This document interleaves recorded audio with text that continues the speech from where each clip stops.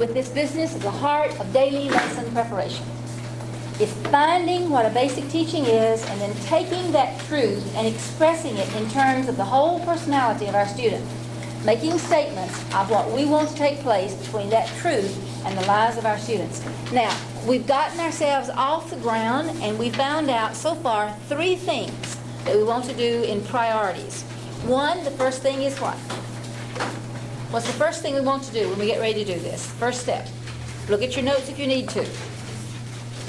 All right, set priorities. We've got to get ourselves ready. We've got to have something. We've got to have the mental attitude and understanding. This is not something you can do off the cuff. It takes time. It takes study. And you've got to have a certain amount of little I enjoy doing this in you to really be able to hang in there. But one of the thrilling things is, that's the third thing. All right, keep going. Number 2, what's the second thing? All right, set up your place to do, get your materials. That's why I showed you those books. I'm leaving them here. Be sure to look at them. Be sure to check them out, get you some ideas from them. The equipment you're going to need, good sharpened pencils and everything already, and whatever you work with the best, and then go with it and go from there. And then the third thing is what? All right, prepare yourself. You get ready in your own heart and in your own mind. You get ready to turn to the Word to see what the Lord is going to be saying to you. I do trust that the incredible reality is little by little by little by little gripping your soul. That when you come to this book and you open this book and you humble yourself before the Lord, and you open your heart in faith and obedience, and you engage your brain in real thinking processes, I hope you realize that the eternal God of heaven is talking to you when you do that.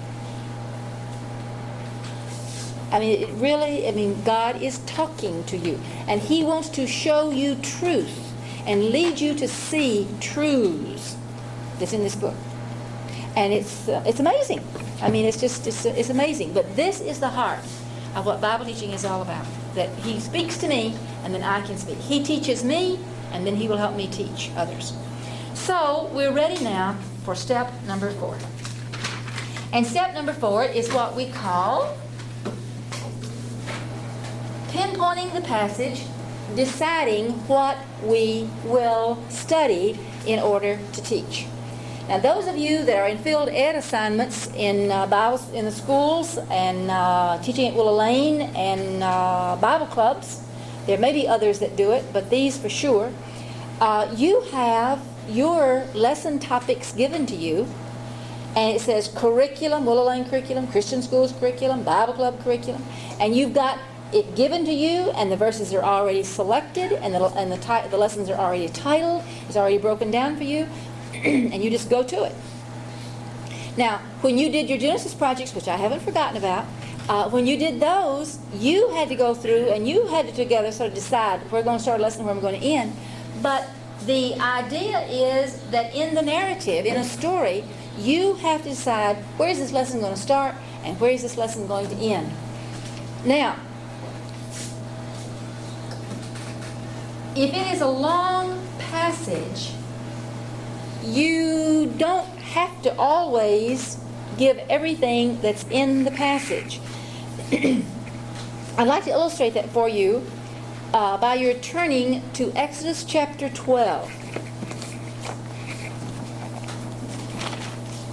You've got to pinpoint the passage. You've got to decide what you're going to cover. And maybe your event is going to be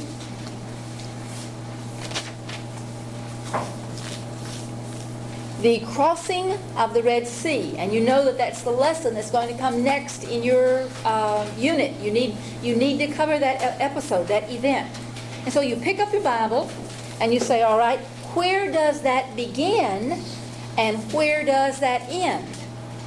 Now, obviously, you could arbitrarily begin it at maybe a few different places and maybe end it at a few different places, but let me begin you, and then let's just see where we would end. Look at Exodus chapter 12, verse 37. This is why I feel that a good paragraphed Bible is so important for you. You need a good paragraph Bible that has topics in it, that has headings in it, and that will help you so much to just run your eye down through it and say, oh, this is where this starts, where this stops. So there's an obvious break right there between 36 and 37. The Passover has just been celebrated. The death of the firstborn has just taken place, and Pharaoh has said, get out of here, get out of here, get out of here. And they've taken off. And so you turn to verse 37 in chapter 12, and it says, the children of Israel journeyed from Ramesses to Succoth, about 600,000 on foot, that were men beside the children. And with a mixed multitude they went out from them, and so forth, and so forth, and so forth. In other words, they are leaving. That's the beginning. Take your Bibles and look through chapter 13. What do you have there? Pardon? All right, it says the dedication of the firstborn. Okay, keep going. What else do you have in 13? Crossing the sea. Pardon? Crossing the sea. All right, the crossing of the actual sea in 13. Well, okay, what appears for the first time in the last part of 13? All right, the cloud and the fire. Then 14, in the real sense, is the actual event where they actually come up to the river and they're going to have to go across. Then, sea, I mean, not the river. Then look at chapter 15. What you got 15?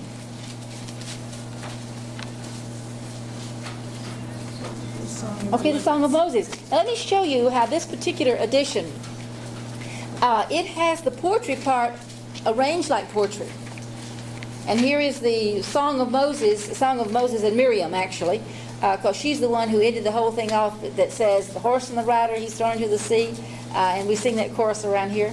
But you've got this. This is why I really feel like you need some kind of a good paragraph Bible that's got good headings in it in your study materials. It may not be something that you would use, but something that could help you quickly to look through to see what's there. Come down to chapter 15 and come on down to the end of the chapter.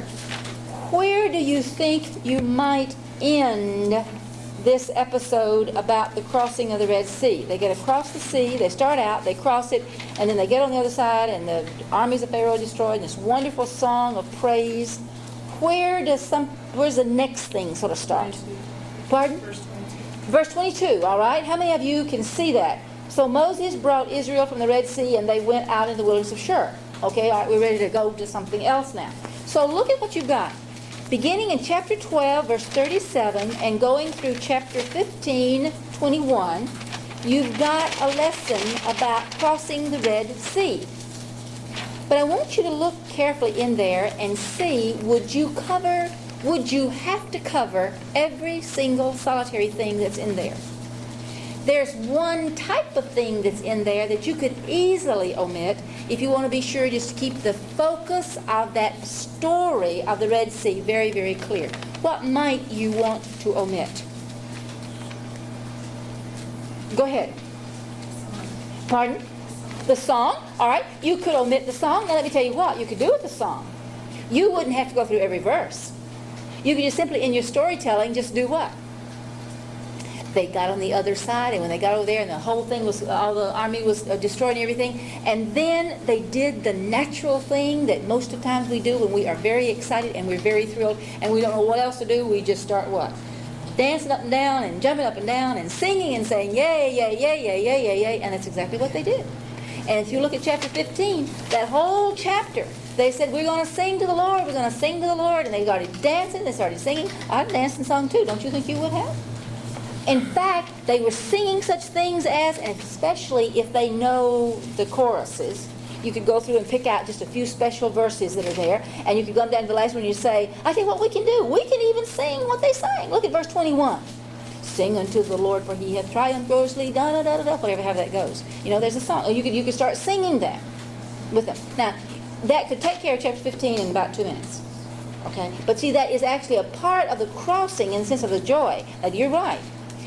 But what about that first part over there and all that stuff in chapter 13? 13.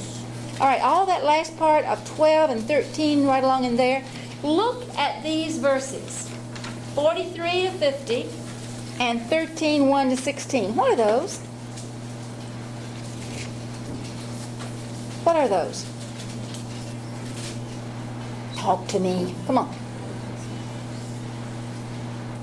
Is that all about the Red Sea? It's a flashback, or it goes back and gives you a little bit of information about what they're supposed to do about this Passover business in the future. And so you could take those verses, pull them out, use them at the end of the lesson before if you wanted to say that, and you could just summarize it real fast, and just say that they were told and given instructions about how they were to celebrate this for the rest of their history.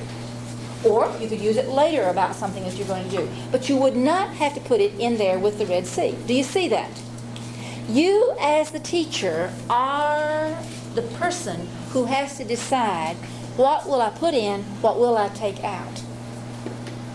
And that helps you to come up with good, sharp, clean lessons without a lot of extra baggage in them that you don't know what to do with all that information. Are you catching on that when you teach Bible, you don't have to go through chapter by chapter and verse by verse and paragraph by paragraph? Especially when we're doing this connected story thread thing, we're just going to go through the historical narrative and pull out what's necessary to get the story. Get the idea? All right, now that's step number 4. What is step number 5? Step number 5 is to do what we call, or what I call, placing in context. That is, where does the narrative fit?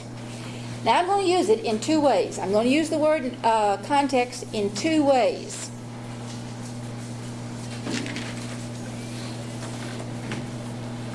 Let's get the first one clear. The first way that we use context is just the way that we usually use context. When we say here's a passage or here's a verse, place it in context. What do we mean? Well, we just mean what's been before and what's afterward and what's it all about and what book is it in and so forth. So the first thing that we want to do would be to place it in what we would call the broad context. Here is the episode of crossing of the Red Sea. Where does it fit in the pattern of biblical revelation? See, now that's for you, for yourself, and for your own study. All right, it fits here when God is miraculously delivering them, getting them out of the land where they've been slaves, so He can get those people free, so He can take them out of there, to make them a nation, to give them their government that they need to get them to the land, so they can be fulfilling the purpose for which He has called them for. So we know that. All right, place it in the book or in the Testament. Oh, this is the Old Testament in the book of Exodus. Well, what's the whole Old Testament gives this big overall story, and what's the book of Exodus? Well, it's the story about their exit out of Egypt, and they're getting ready to go into the land. And so you say place it in chronological setting. All right, what has just happened? Okay, the 10 plagues have just happened, and Pharaoh says, get out of here, get out of here, get out of here. And they're going to cross the land, going to cross the over, get to the sea, and they do. And then what comes right after it? Well, the trip from crossing the Red Sea down to Mount Sinai, when they do all this complaining and everything. In other words, you're just getting that section of the story chart in your head. This is the story, this is what's happened, this is what's going to happen, and you're clear on it, and you've got it clear. Now that is the broad context, and the immediate context, I should do that like this, and star those. And that's how we just use context in our regular use of the word. The immediate context, I just already given you that. What has just happened before, what has just happened afterward. So that's what we mean by just general context. Now, I'm going to use the word a little bit differently. And I'm going to say that there is another way to use the word context.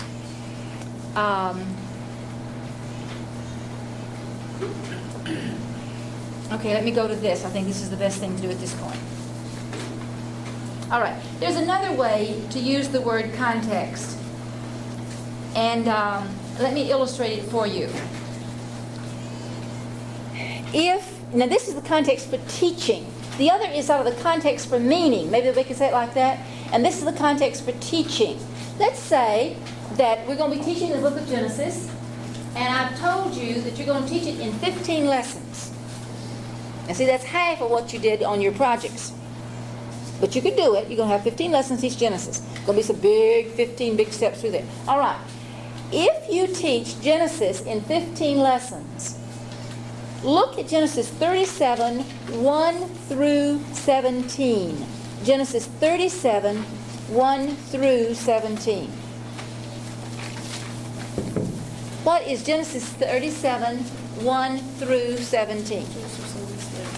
Joseph with his brothers, with his father, about the dreams, their terrible family problems that are going on, the jealousy and the envy and all that stuff. And then, look at verse 17, what I did. I stopped it right in the middle of a paragraph. You see that? It's just that little part, though, where that's their relationships. That's how they're not getting along. And then Jacob says, Joseph, you go find your brothers. They've gone off to take care of the sheep. You go check them out, see how they're doing, and come back and let me know. Okay. Now, everybody think that lesson, stopping it right there, Joseph goes, finds his brothers. He goes to Dothan, where the father said they were supposed to be. They're not there. He gets the word that they'd gone on further, so he goes and he finds them. And it says at the end of verse 17, and the man said, this is when he was at Dothan, they're not here, for I heard them say, let's go to Dothan. Go to Dothan. And Joseph went after his brothers, and he found them in Dothan, period. And we're going to stop the lesson right there. Now, if you take that part, trying to show that Joseph obeyed his father in circumstances that were just not necessarily the most advantageous to obey him in, if I had been Joseph, you know what I would have done when I got to Shechem and those boys weren't there? He told me to go to Shechem and find them. You know what I'd done? I'd have gone back home and I said, Daddy, they weren't there. But he knew what he was supposed to do, and that was find the brothers, not just go to Shechem. And so he kept on going. In other words, how would you like to know that you had to go find those boys, and you know that they just weren't all that excited about you, the little kid brother and all this stuff you've been through before? I mean, it wasn't necessarily the easiest thing to do. But he goes and he obeys. This is not clicking with you, I can tell by your faces. Joseph and his brothers didn't get along. And the brothers went off to go take care of the sheep. And Jacob says one day, go find your brothers. How would you like to have been Joseph? I mean, you don't know what those little boys are going to do to you when you find them. I mean, they're certainly not going to be rolling the red carpet out to see you when you get there. And you know that, because y'all don't get along anyway. Okay, now you're a little bit more with me? Okay, I'm sorry. And then you go, and as he found them, did he obey? Yes, he did. He obeyed the intent of his father. He found the brothers. Are you with me? It's a little twist of the obedience thing. It wasn't just the obeyed, but he obeyed the intent of his father, and he really did the thing he was sent to do. Now, that little section right there, if I'm teaching the book of Genesis in 15 lessons, and I have that little section, would I do with that little passage right there the same thing I would do with it if I were going to teach the lessons, the life of Joseph in 8 lessons? Follow what I say? Probably, if you're teaching the book of Genesis in 15 lessons, where would those 17 verses be?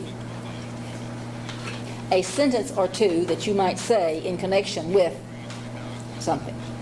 But if you're teaching the life of Joseph in 8 lessons, what could you very well do?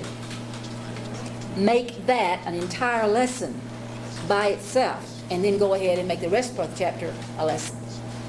You see? Now, do you see what we mean when I'm saying that that's another way we're using the word context? It's what you, the teacher, what you decide you're going to do, where you're going to break the lesson and where you're going to go. Now, some of you I'm not making very good believers out of you today, because you're not quite sure what I'm talking about. But I'm simply saying this, that when you get into starting to decide on what you're going to do with the lesson and you're going to teach it, you as a teacher are going to start it and stop it. And where you start it and stop it may well affect the basic teaching. Okay? All right, I think I got a little bit more out of you that time. Okay, now here's another one. Let's say that you're going to teach the 10 plagues. Go back to Exodus. You're going to teach the 10 plagues in one lesson. Would that make a difference in what your basic teaching would be and your truth would be if I were to say, no, I'm going to teach the first 9 plagues by themselves and then teach the Passover, the 10th plague, the death of the firstborn, and the Passover by itself? Would that make any difference in my lessons? Yes. Make all the difference in the world. And so that's the whole idea. When I'm talking about placing it in context in this way, I'm talking about not placing it in context hermeneutically, but placing it in the context that I, the teacher, choose to set it in the way I'm arranging my lessons. Now, does that make sense? Okay.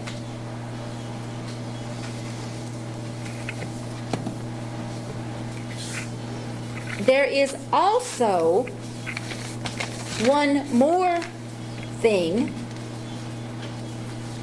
that we need to go back, because there is another way that we mean, or there's another way that we use this word, the context. It sort of flows out of this one.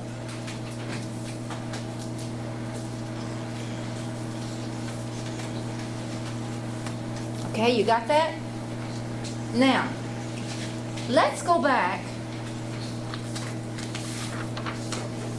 and move one step further. We've seen about context hermeneutically, broad and immediate. We've talked about context in the sense in which we as the teacher will decide where we're going to start a lesson, where we're going to stop it. Now there's one more thing that's important along with this, and it's this issue of viewpoint or slant. And this right here, I think, will help a lot of you understand some things that may not have always been, that may be a little fuzzy. I, as a teacher, I'm going to come to these lessons and going to teach these lessons. One of the things I have to decide about my lesson is, what viewpoint am I taking that lesson from? In other words, let me give you an example. If I am taking the book of Acts and I am teaching the book of Acts, and I come to chapters 3 and 4, like some of you at Willow Lane are doing right now, and I come to chapters 3 and 4, my lesson is going to be the episode about what? Turn in your Bibles, Acts 3 and 4. I'm going to start pairing you up in a minute if you don't start responding to me, so you have to be involved. All right, Acts 3 and 4. I need to make a note to myself on this in the future. Pair them up before class starts so that they will keep each other going. All right? Chapters 3 and 4. What's the episode? Healing of the crippled. Healing of the crippled man, and the way the people felt about it. All this crowd and all the common people and the Pharisees, the Sadducees, and the Sanhedrin, the whole works. I mean, it was a big blow up. They made this man to walk, Peter and John, and then all this stuff. Now, if I'm teaching the book of Acts, listen to me carefully. If I'm just teaching the book of Acts, I'm going to come to the book of Acts and I'm going to see that book and look at that book and I'm going to say, what is happening here? And so, if I take it from the viewpoint of the slant and let the emphasis of my lesson be the people that saw this happen,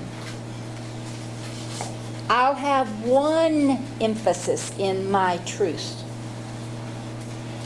But if I'm teaching the life of Peter, and I make Peter my main character, I will have something different for my emphasis. Okay, now this will either make us or break us right here. That means that a passage has 15 basic teachings in it. I thought that'd get a rise out of some of you. All right, now, the idea is, it did, Tim. Bless you, Tim. No, all right, fine. But what it is, it means that the viewpoint I take it from will be the slant that I will look at it from, and it doesn't mean it changes the meaning of the passage. It simply lets me come at it so that I am coming at that passage with one big main direction I'm going. If I'm taking it from the standpoint and the people are the central character, the teaching will basically be the reactions or the responses to the work of God, something that God did, and the way people respond differently to God's work. Some were excited, some were against it, some were flabbergasted, some were confused, and you'll get that. But if you take it from Peter's slant, from Peter's viewpoint, you don't have a different basic teaching as such. You just simply have, well, you will come out with it doesn't mean the passage has changed its meaning, sorry, scratch that. Doesn't mean the passage has changed its meaning. It does mean that you will have a different emphasis in your truth that you're going to try to get across. And if you're going to teach it from Peter's viewpoint, what will it be? Does it will Elaine? What will it be? Talk to me. What did you do whenever you taught this lesson on Peter? They can't remember, and they're frantically looking at their Bibles. When you taught this lesson on Peter, the healing of the lame man, and it was from Peter's standpoint, what was it? Keep on going when you're persecuted. All right. I thought you said not. Pardon? I thought you said not. I'm sorry, excuse me. I meant from Peter's standpoint. Excuse me. From Peter's standpoint, it would be that you're doing what God wants you to do, and it gets terrible, it gets worse, you just keep on doing it. Doesn't make any difference what anybody says, you've got to obey God. You've got to keep on doing it. Now then, that's what we mean by this. Now one more little thing to add to it, and this is another little twist. And I know, young people, this right here that we're dealing with, until it's explained and you've seen it and it's been illustrated for you, can be very confusing. Just believe me right now, we'll work our way through this. All right, the next thing is, let each lesson have its own unique reflection of the truth. Let each lesson have its own unique reflection of the truth. What in the world do I mean by that? All right, simple enough.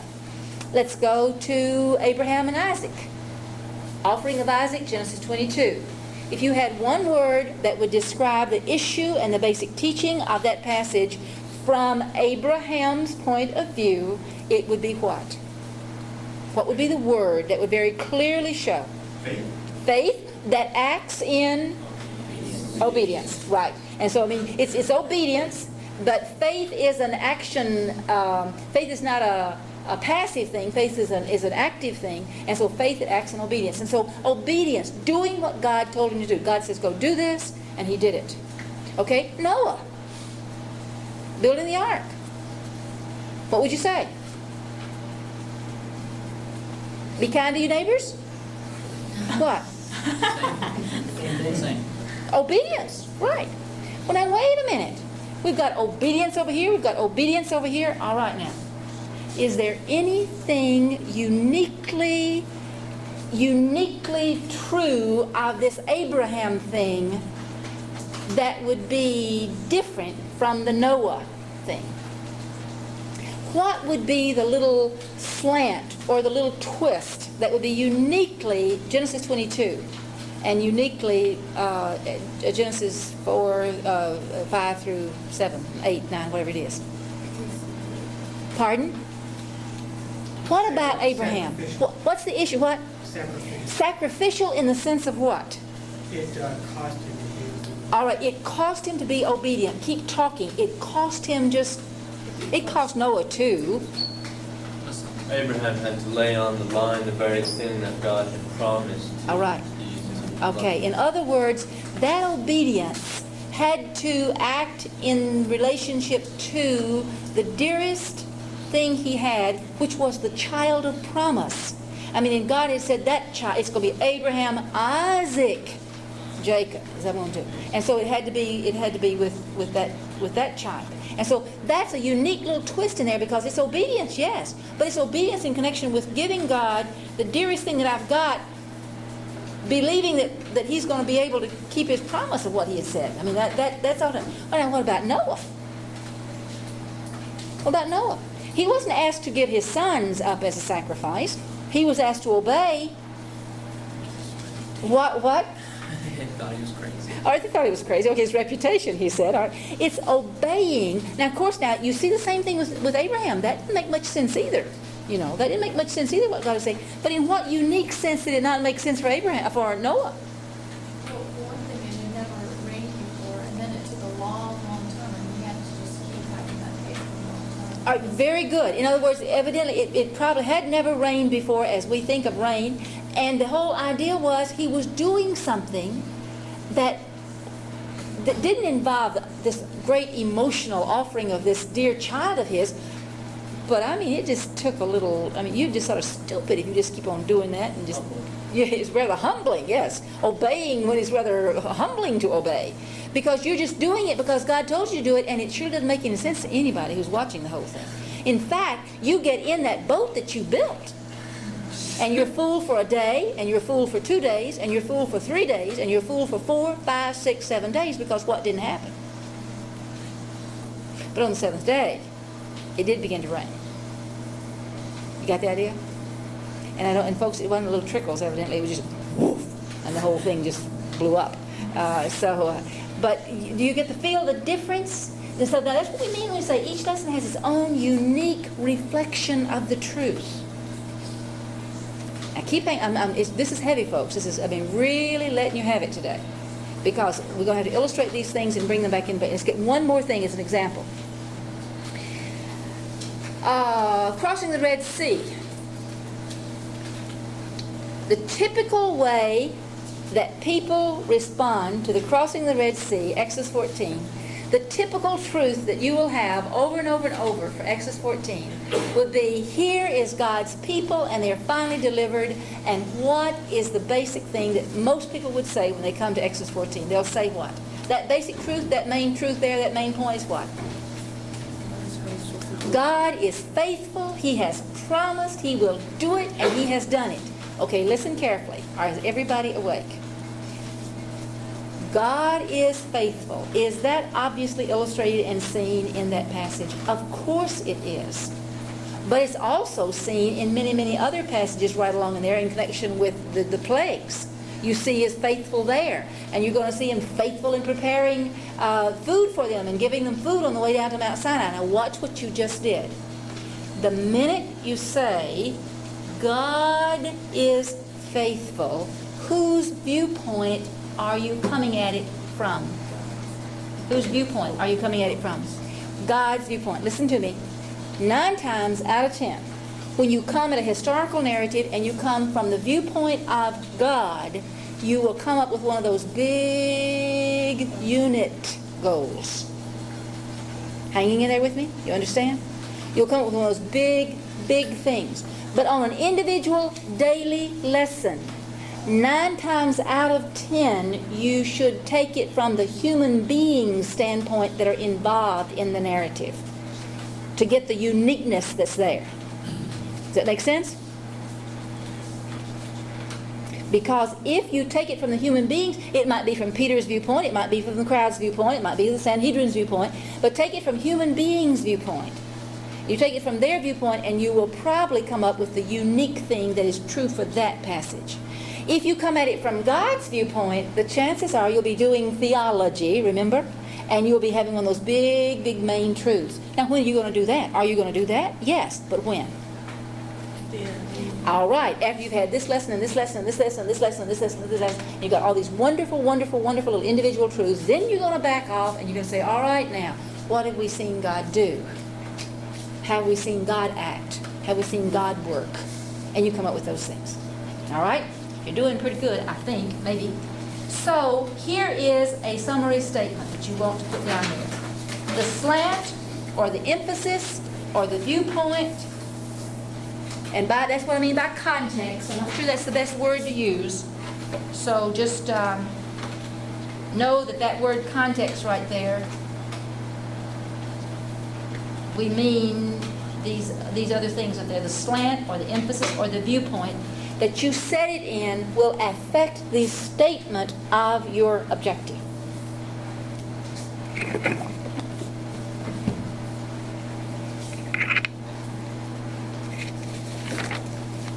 And I will tell you something. When this finally clicked with me, and I'll be very honest with you folks, I had taught Bible for 10, 13 and a half years, 14, let's see, about 13 and a half years, actually teaching it in classrooms.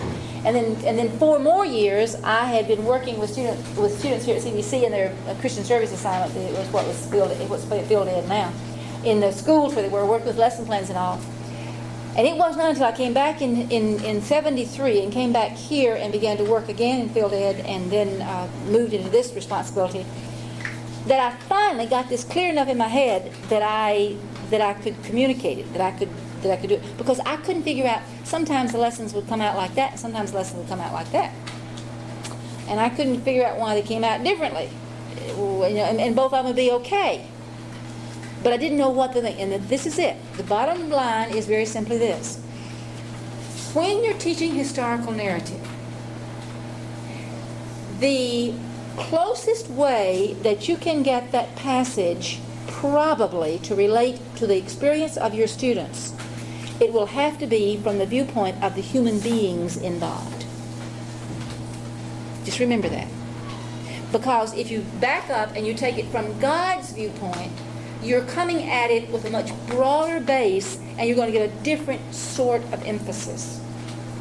Now, do you want to do that? Of course you do, because you want them to see God's power. You want them to understand His judgments. You want them to see His mercy and His love. But the closest way that the lesson will relate to the life of your student and have quote-unquote relevancy in 1990 will be for him to identify with the characters in the episode. And that's what we're meaning by this context issue. All right. I think we pretty well covered that. All right, we've got just a moment to set this up. And so let's look at step number 6. Step number 6 is where the old saying takes place, the rubber meets the road. This is where the blood, sweat, and tears start, dear friends. And I'll say this to you very simply. This is where I find the greatest weakness in CBC students in preparing lessons. Because they are not convinced that this takes as long as it does. And they think that it's a very simple little step that you can just take care of in a few minutes, and you say, oh, well, you know, I read it, and, oh, well, that's what it says, sure, I know that, I've heard that one before, and so doop, doop, doop, that's what we're going to do. And many, many times end up in left field with a foul ball, and it not being a good lesson. Study. Read. Read. Read, read, read, read, read. What does it say?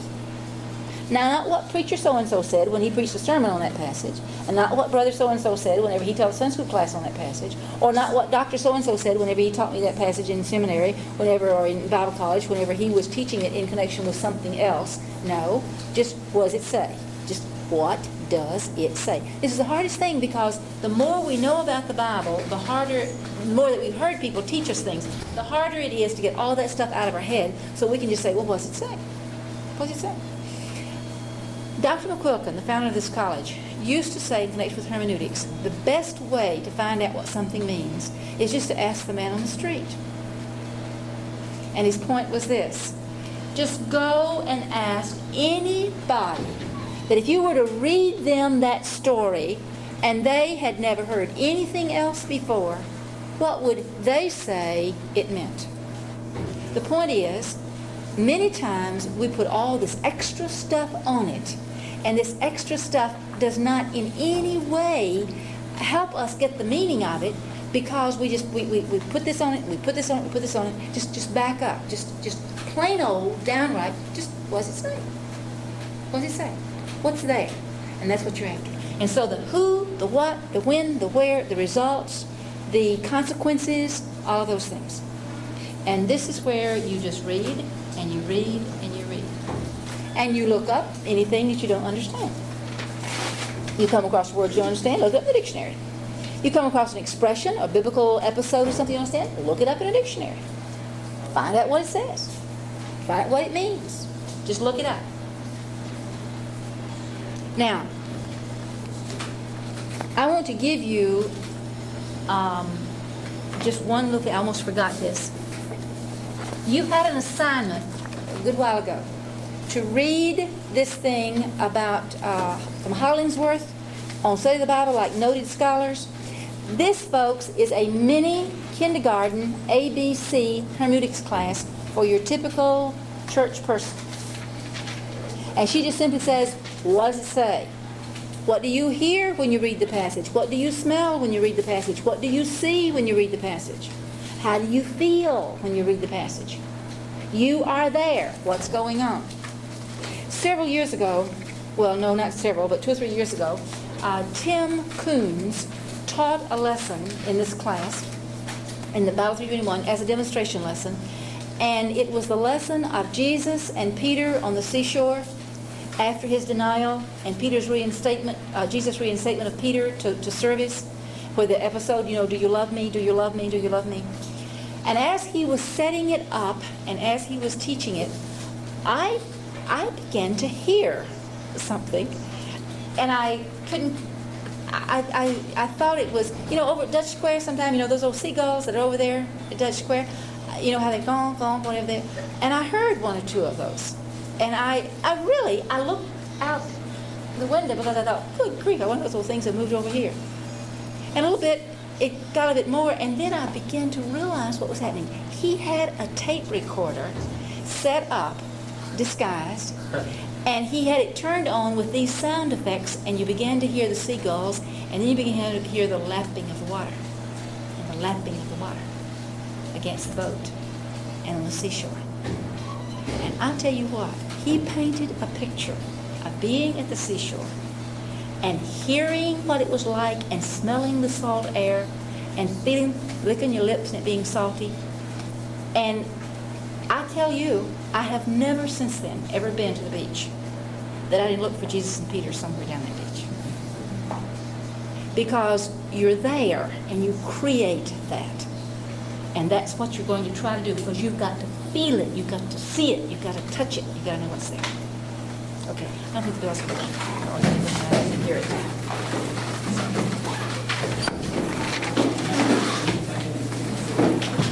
Okay, good.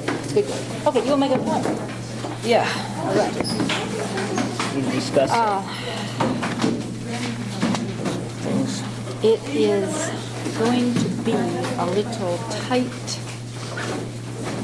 What do we need? Well, I just need to talk about taking little whatever summer classes. Okay. We talked Oh, about, yes, but I'm right. gonna- Okay. I might do extension. I need to rethink some Right, of that. okay, So I all need right, to- okay. Okay. I tell you what, let's do then.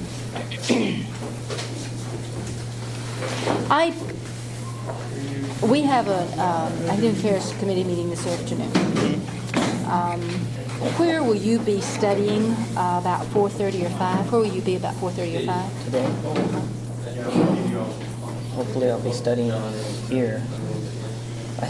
We had mentioned I have to go pick up all the plants from Cornerstone that we took over there for junior senior Oh, okay. this afternoon. All And right. hopefully I'll be done doing that. All right. So, All right, let me tell you what. If you could be here Mhm. in this room studying, Okay.